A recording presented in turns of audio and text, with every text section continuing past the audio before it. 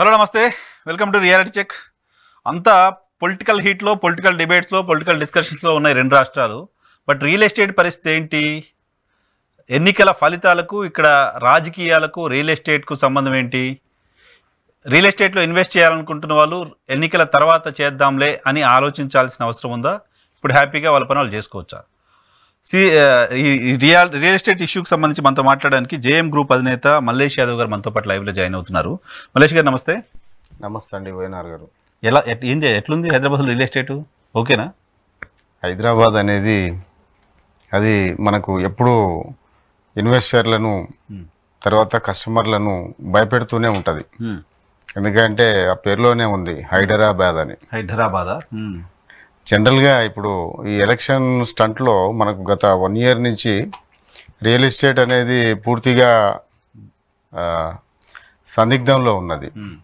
అంటే జనరల్గా మొత్తం రియల్ ఎస్టేటు కుదేలయ్యింది, రేట్లన్నీ పడిపోయినాయి, లేదా రేట్లు బాగా పెరిగినాయి అనేది వార్తలు వస్తున్నాయి. ఇది మనకు 2 రకాలుగా దీన్ని తీసుకోవచ్చు.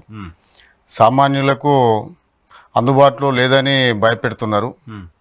తర్వాత ఇన్వెస్టర్లు ఎక్కువ రేటు పెట్టిన వాళ్ళు ఇంకా ఇంతకంటే పెరగదేమనేది ఒక ఆందోళన చెందుతున్నారు ఇన్వెస్టర్స్. అంటే ఇప్పుడు సాధారణంగా మనం హైదరాబాద్ చూస్తే వెస్ట్ జోన్లో దాదాపుగా మొన్న కోకాపేట భూముల రేటు నుంచి సుమారుగా 3.5 లక్షలకు గజం పోయిన పరిస్థితి. అయితే హైదరాబాదులో దాన్ని దృష్టిలో పెట్టుకుంటే సామాన్యులు ఇక కొనలేమో, హైదరాబాదు మనకు ఇంకా వీలు కాదేమో అన్న సందిగ్ధంలో ఉన్నారు. జనరల్గా ఏంటంటే ఇప్పుడు హైదరాబాద్లో ఔటర్ రింగ్ రోడ్ చుట్టూ కూడా 20-30 వేలకు అప్రూవల్ లేఅవుట్లలో ప్లాట్ దొరుకుతూ ఉన్నాయి. 20 వేలకు 20 వేల నుండి 30 వేల మధ్యలో. అంతేందుకండి, మా లేఅవుట్లలో దాదాపు హైదరాబాదు ఈస్ట్లో ఎగ్జిట్ నెంబర్ 9, 10, 11లో మా వెంచర్స్ ఉన్నాయి. ఎగ్జిట్ నెంబర్ 9, 10 అంటే ఎక్కడ వస్తాయి? 9 అంటే గట్కేసర్ జంక్షన్ కావచ్చు, తారమతిపేట ఎగ్జిట్ నెంబర్ 10, తర్వాత Ramoji film city junction exit number 11. దీంట్లో మనకు హైవేకు పక్కనే అవుటర్కు దగ్గరలో మా లేఅవుట్లు అప్రూవల్ లేఅవుట్లే ఉన్నాయి. బ్యాంకు లోన్ సదుపాయం ఉంది. ఇప్పుడు మాకు 20 వేల నుంచి దాదాపు 25 వేలు 30 వేల మధ్యలో. ఇప్పుడు రియల్ ఎస్టేట్ డల్ గా ఉంది కాబట్టి ఆ రేట్ ఉందా? అసలు మామూలుగానే ఆ రేట్ ఉందా? జనరల్ గా డల్ అనేది కాకుండా మామూలుగానే అది కొనొచ్చు. డల్ ఉండడం వల్ల ఇంకా ఇది బయర్స్ టైం అనుకూలంగా వాళ్ళకు అందుబాటు ధరలో అనేది వాస్తవంగా దొరుకుతా ఉన్నది. సో ఇప్పుడు ఈస్ట్ లో ఇన్వెస్ట్ చేసుకుంటే బెటర్, 100% బెటర్. ఎందుకు ఈస్ట్ బెటర్? హైదరాబాదు ఈస్ట్ అనేది మనకు రీజనబుల్ రేట్ మాత్రమేనా, ఇంకేమైనా వేరే అడ్వాంటేజ్ ఉందా? రీజనబుల్ రేటుతో పాటు మనకు గట్కేసర్ జంక్షన్ చూసినట్లయితే సెకండ్ ఐటీ జోన్, అక్కడ పోచారం ఐటీ క్యాంపస్ అనేది ఉన్నది. ఐటీలో పనిచేసే ఉద్యోగులు సుమారుగా అక్కడ 1,00,000 మంది ఎంప్లాయీస్, రకరకాల కంపెనీలు ఉన్నాయి. తర్వాత అదేవిధంగా మనకు సౌత్లో ఉన్నటువంటి ఆదిబట్ల ఐటీ సెజ్ కూడా ఉన్నది. దాంట్లో ఉన్నటువంటి ఒక 3-4 కంపెనీలు ఫాక్స్కాన్ కంపెనీతో కలిపి దాదాపు అక్కడ కూడా ఒక 1,00,000 మందికి ఎంప్లాయ్మెంట్ ఉన్నది. వీళ్ళందరూ ఎక్కడనో ఎక్కువ రేట్లు పెట్టి కొనే బదులు దగ్గరనే పక్కనే 5-10 నిమిషాల జర్నీలో అందుబాటులో ఉన్నటువంటి ఈస్ట్లో కొనుక్కున్నట్లయితే వాళ్ళకు దర్జాగా రేపు అప్రిసియేషన్ ఉంటుంది. తర్వాత వాళ్ళ కోరిక కూడా నెరవేరినట్లు ఉంటుంది. దాంతోపాటు మనకు హౌస్ కట్టుకోవాలనే ఆలోచన అనే కోరిక తీరితే ఎవరికైనా అపార్ట్మెంట్లు కల్చర్ కాకుండా ఇండిపెండెంట్ తీసుకోవచ్చు. అంతే కదండి.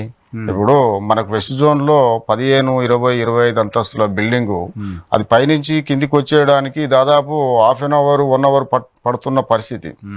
అది మరి అలాంటి టైంలో ఔటర్ రింగ్ రోడ్ అందుబాటులో మనకు కనెక్టివిటీ ఉన్నది కాబట్టి ఎక్కడికైనా అంటే వెస్ట్ నుంచి ఈస్ట్కి కూడా ఇప్పుడు సుమారుగా 30 to 40 మినిట్స్లో చేరుకోవచ్చు. ఆ జర్నీలో మనకు అందుబాటు ధరలో ఒక జిల్లా స్థాయిలో ఏ రేటు ఉన్నదో హైదరాబాదు ఈస్ట్లో కూడా ఆ రేటుకు మనకు ప్లాటు దొరుకుతూ ఉన్నది. మీరన్నట్టు G+2లో 70 lakhs, G+2 G+1 70 lakhs ఇట్లా ఆ విధంగా దొరుకుతున్న పరిస్థితి. కొందరి అభూత కల్పన వాళ్ళు చెప్పే విధానం వల్ల మనం హైదరాబాద్లో కొనలేని పరిస్థితిలో ఉన్నాయని వాళ్ళు భయపడుతున్నారు. మామూలుగా మీరు చాలా కాలంగా రియల్ ఎస్టేట్ ఫీల్డ్ చూస్తున్నారు, వెంచర్స్ చేస్తున్నారు, మీరు మార్కెటింగ్ వెంచర్ అంతా చూస్తున్నారు కదా. ఇప్పుడు కొత్తగా ఏదో కంపెనీ వస్తుందంట, అది రాదంట ఈ ప్రభుత్వం వస్తే, కాబట్టి రియల్ ఎస్టేట్ పడిపోద్దంట. ఇంకా హైదరాబాద్ ఆ స్టేజ్లో ఉంది, ఏదో కంపెనీ వస్తే రియల్ ఎస్టేట్ లేకపోతే లేదు అనే పరిస్థితి హైదరాబాద్ ఉందా?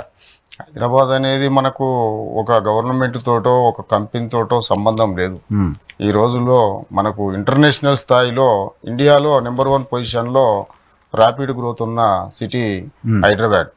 కాబట్టి ఒక కంపెనీ వస్తుంది, ఒక కంపెనీ పోతుందంటే దాన్ని కంపెనీ చూసి హైదరాబాద్ రేట్లు పెరిగే పరిస్థితిలో లేవు.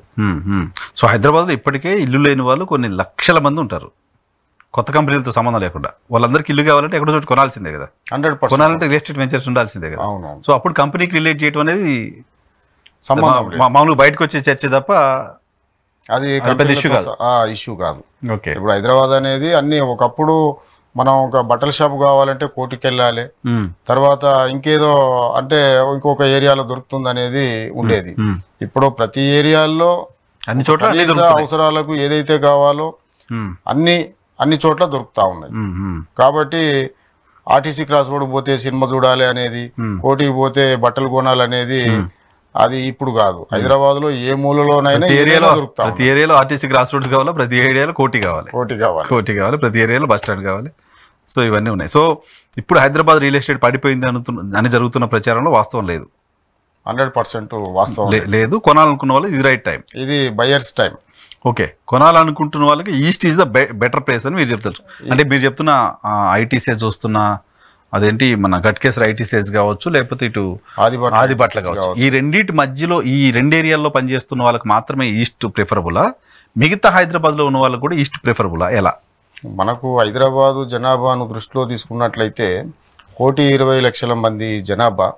తర్వాత ముఖ్యంగా హైదరాబాదు నుంచి లేదా తెలుగు రాష్ట్రాల నుంచి ఏ కంట్రీలో ఉద్యోగం చేస్తున్నా వాళ్ళ ఫస్ట్ ఇన్వెస్ట్మెంట్ హైదరాబాద్ అనుకుంటారు. ఈరోజు పెరిగిన రేట్లను చూసి భయపడిపోతూ ఉన్నారు. ఒక మిత్రుడు ఒక దుబాయ్లో పనిచేస్తుంటాడు, ఒక 4 లక్షల శాలరీ. అయితే ఈ రేట్లకు నేను కొనగలుగుతానా హైదరాబాద్లో అని ఫోన్ చేయడం జరిగింది.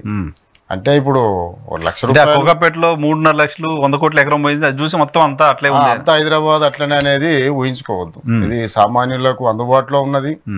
తర్వాత అది కాకుంటే అప్రూవల్ లేఅవుట్స్ ను కొంచెం జాగ్రత్తగా చెక్ చేసుకోండి దానికి. ఎందుకంటే సో హైదరాబాద్ లో 20-25 వేలు ఇండిపెండెంట్ గా మీరు ఔటర్ రింగ్ రోడ్ పక్కన ప్లాట్ కొనుక్కోవచ్చు. ఎక్కడ అంటే హైదరాబాద్ ఔటర్ రింగ్ రోడ్ పక్కన ఉంటే ఇంకా హైదరాబాద్ ఎక్కడున్నా ఈజీ కనెక్టివిటీ.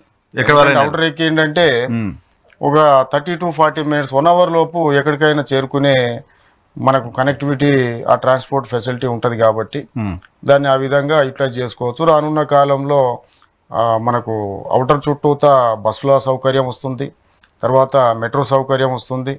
కాబట్టి ఈజీగా సామాన్యులు కూడా ఎక్కడికైనా ప్రయాణించే విధంగా మనకు ఔటర్ రీజనల్ రింగ్ రోడ్ వస్తే ఈ మెట్రోను కూడా మీకు అక్కడ వరకు రింగ్ రోడ్ వరకు ఎక్స్పాన్షన్ అనేది. ఔటర్ రింగ్ రోడ్ అనేది కంటిన్యూషన్ ప్రాజెక్ట్. అది ఒకప్పుడు 70 కిలోమీటర్లతోటి స్టార్ట్ అయింది. ఈరోజు 425 కిలోమీటర్ల వరకు అది ఎక్స్టెన్షన్గా తీసుకున్నారు. ఔటర్ రింగ్ రోడ్లో లేదా హైదరాబాద్లో మెట్రో అనేది కంటిన్యూషన్ ప్రాజెక్ట్.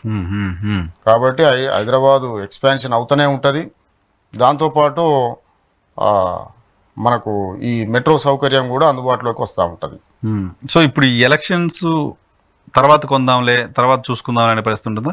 ఎలక్షన్స్కి, రిజల్ట్స్కి హైదరాబాద్ రియల్ ఎస్టేట్కి ఏమైనా సంబంధం ఉందా?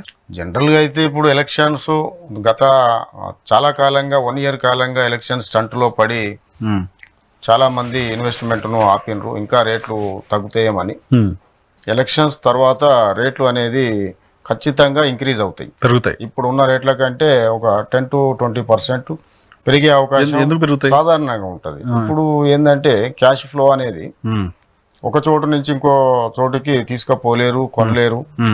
ఇది మనకు ఎలక్షన్ కోడ్ ఉంది కాబట్టి దానివల్ల కొంత అసౌకర్యానికి గురై ఉంటారు. కాబట్టి ఆఫ్టర్ ఎలక్షన్స్ తర్వాత వెయిటింగ్లో ఉన్న వాళ్ళంతా మళ్ళీ కొనుక్కోవడం అనేది జరుగుతూ ఉంటుంది. సో నిన్న మొన్న చూస్తున్నా లాస్ట్ మంత్ రిజిస్ట్రేషన్స్ విపరీతంగా పెరిగాయి, రిజిస్ట్రేషన్ ఇన్కమ్ పెరిగింది తెలంగాణ ప్రభుత్వంగా చెప్తున్నారు. నిజమైన వాస్తవం ఉందా దాంట్లో? రియల్లీ ఇప్పుడు జనరల్గా ఎలక్షన్స్ వల్ల మనకి ఇంకా ఏమన్నా తగ్గుతాయేమని ఆలోచించి చాలామంది బయర్స్ వెయిట్ చేసిండ్రు. కానీ ఇప్పుడు అందుబాటులో రేట్లు ఉన్నాయి. తర్వాత రియల్ ఎస్టేట్ కూడా స్తబ్దంగా ఉన్నది, అంటే సేల్స్ కూడా స్లో ఉన్నాయి. కాబట్టి ఈ టైంలో కొనుక్కుంటే మంచిదని అవేర్నెస్ ఉన్న పీపుల్ ఇప్పుడు ఇన్వెస్ట్ చేయడం జరుగుతూ ఉన్నది.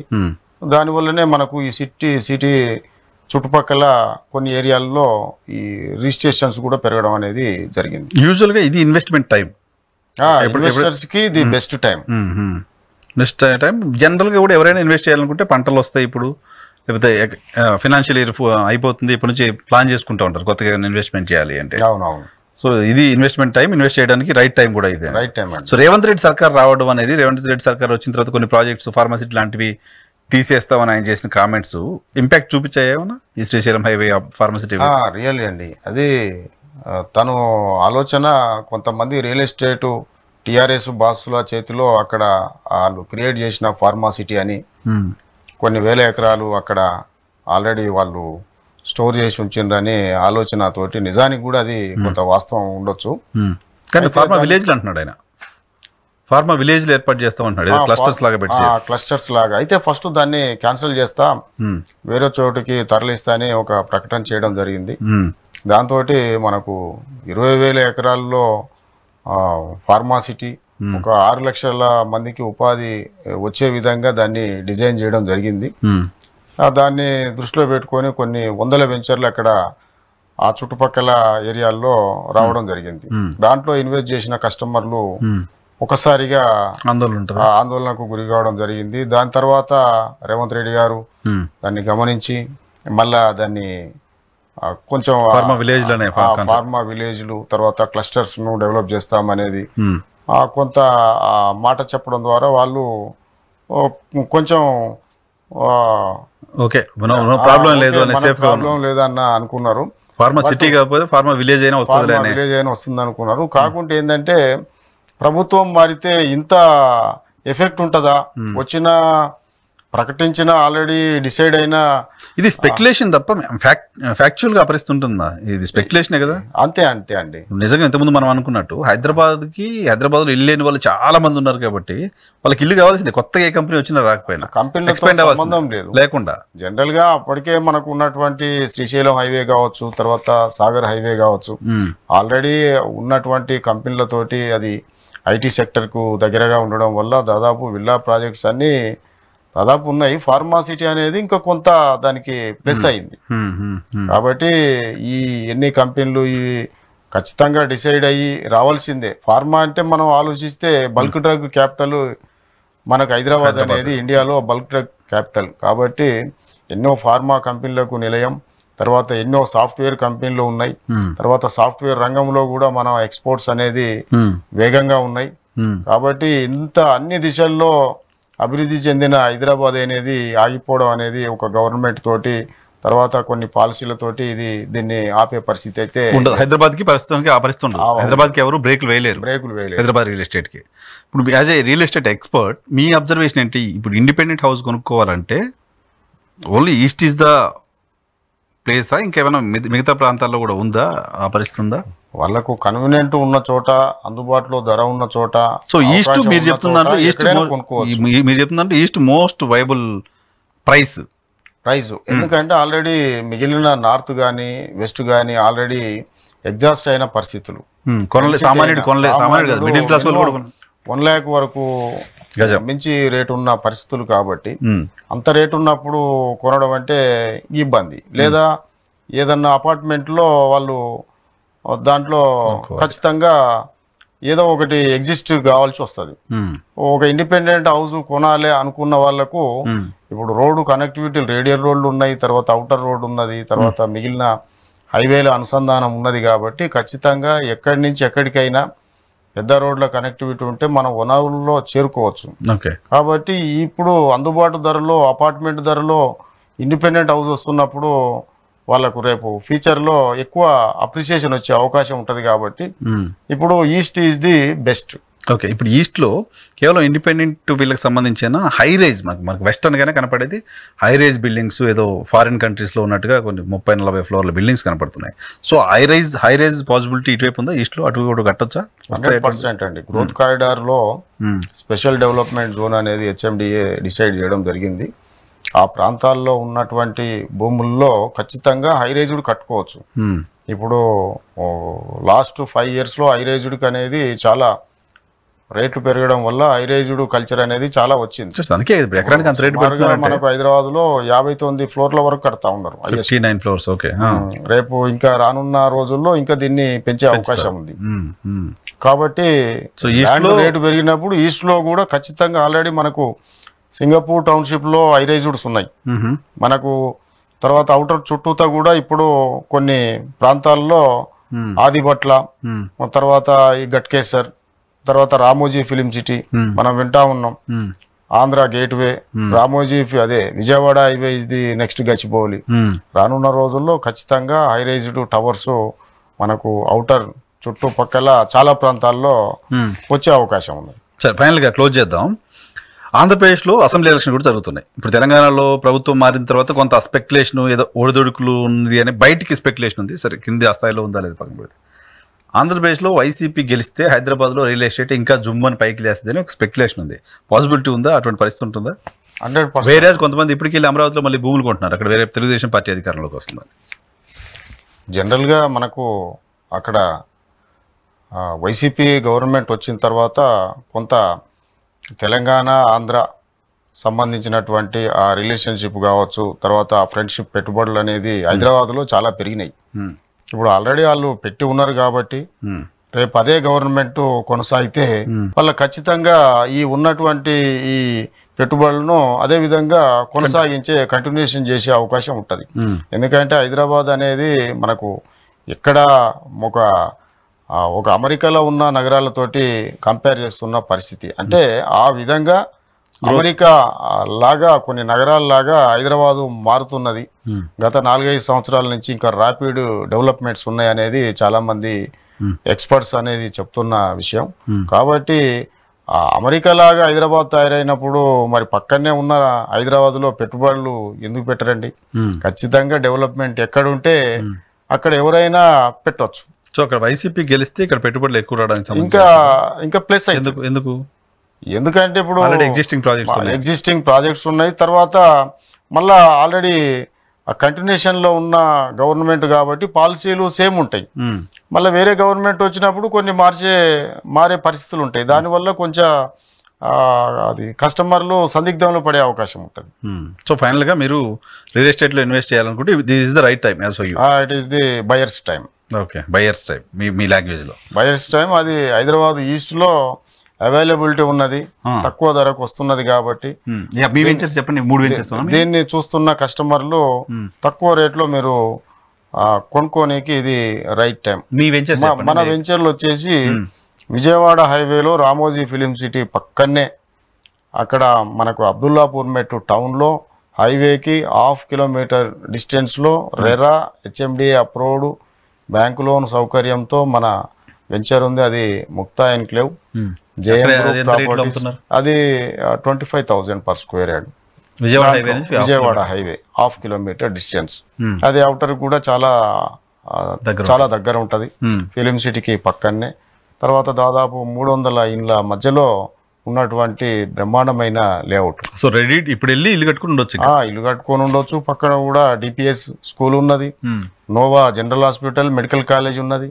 కాబట్టి స్కూలు, కాలేజీ, రోడ్డు ఇవన్నీ ఉన్న చోట ఖచ్చితంగా మనకు అది హ్యాబిటేషన్ ప్లేస్ కాబట్టి ఇమీడియట్ గా అది రెడీ టు కన్స్ట్రక్షన్ లాగా ఉన్నది. సెకండ్ వెంచర్ నెక్స్ట్ వచ్చేసి ఎగ్జిట్ నెంబర్ 10. అది నాగోలు ఎల్బీనగర్ కి 10-12 నిమిషాలు జర్నీలో ఉంటది. అది కూడా భద్రాచలం హైవేకు పక్కనే ఉన్నది. Outer ring road exit number 10 కి చాలా ఎంత ఒక 2-3 minutes డిస్టెన్స్ లో ఉన్నది. అంతే అండి. అన్ని రిసార్ట్స్, తర్వాత అక్కడ చుట్టూతో మనం పరిశీలించినట్లయితే అన్ని కూడా విల్లా ప్రాజెక్టులు ఉన్నాయి. ఆ విల్లా ప్రాజెక్టుల మధ్యన మన లేఅవుట్ ఉన్నది, అందుబాటు ధరలో ఉన్నది. అక్కడ మనకు 22,000కే వస్తున్న పరిస్థితి. ఇంకోటి ఆ తర్వాత నెక్స్ట్ మనకు గట్కేసర్, అది వరంగల్ హైవే, చాలా ర్యాపిడ్ గ్రోత్ ఉన్నది. ఇటు రోడ్డు ఔటర్ రింగ్ రోడ్ దగ్గర ఇన్ఫోసిస్ క్యాంపస్ ఉన్నది. అదే పోచారం నెక్స్ట్ రింగ్ రోడ్ కి ఒక కిలోమీటర్ డిస్టెన్స్ లో. అది జస్ట్ అదే సేమ్ 22,000 లో ఉన్నది. అది 120 స్క్వేర్ యార్డ్ నుంచి ప్లాట్ సైజ్ ఉన్నది. దాదాపు ఒక 30 లక్షల్లో కొనుక్కునే విధంగా అప్రిషియేషన్ అనేది ఖచ్చితంగా ఉంటది. ఎందుకంటే మనకు ఓఆర్ఆర్ జంక్షన్ దగ్గర, ఐటీ కంపెనీకి దగ్గర, తర్వాత 3 ఫేమస్ స్కూల్ ఉన్నాయి అక్కడ, కార్పొరేట్ స్కూల్. ఒక రాక్వుడ్ ఇంటర్నేషనల్ స్కూల్ కావచ్చు, తర్వాత నెక్స్ట్ జూబ్లీ ఇంటర్నేషనల్ స్కూల్ కావచ్చు, ఢిల్లీ పబ్లిక్ స్కూల్ కావచ్చు, ఆ తర్వాత గట్కేసర్ ఎంఎంటిఎస్ నిన్న మొన్న స్టార్ట్ అయింది. ఎంఎంటిఎస్ రైల్వే స్టేషన్ ఉన్నది 1 కిలోమీటర్ లో. తర్వాత అవుటర్ కు పక్కనే ఉన్నది. తర్వాత ఇంకా నెక్స్ట్ స్టాప్ లో ఎయిమ్స్ ఉన్నది. ఇంకా ఎయిమ్స్ అనేది మనకు తెలిసిన విషయం కదా. ఇన్ని రకాల డెవలప్మెంట్స్ ఇన్ని ఉన్నాయి కాబట్టి సామాన్యులకు అది అందుబాటు ధరలో ఉన్నది. సెక్యూరిటీ ప్లేసు, కనెక్టివిటీ ఉన్నది, మంచి లొకాలిటీ కాబట్టి is the best. Right sir, thank you very much Mallesh గారు మా కోసం సమయం కేటాయించినందుకు. ఇది హైదరాబాద్లో రియల్ ఎస్టేట్కి సంబంధించి ఏదో ప్రాజెక్ట్ వచ్చిందనో అక్కడ పెరగడం, ఏదో ప్రాజెక్ట్ పోయిందని పోవడం అలా ఉండదు. హైదరాబాద్ లాంటి సిటీకి రియల్ ఎస్టేట్ పడిపోవడం అనేది ఇంపాసిబుల్. హైదరాబాద్లో ఉన్న లక్షలాది మందికి హౌస్ హోల్డ్ ఇల్లు లేని వాళ్ళు ఉన్నారు కాబట్టి వాళ్ళంతా ఇల్లు కొనుక్కోవాలంటే వెంచర్స్ ఉండాల్సిందే. వెంచర్స్ కోసం అవుట్స్కట్స్కి వెళ్ళాల్సిందే. ఇప్పుడు ఎలా టౌన్లో వేసే పరిస్థితి లేదు కాబట్టి హైదరాబాద్లో రియల్ ఎస్టేట్ పడిపోయింది అనేది general media speculation, market speculation తప్ప రియాలిటీ కాదు అనేది మల్లేష్ గారు చెప్తున్నమాట. Thank you very much.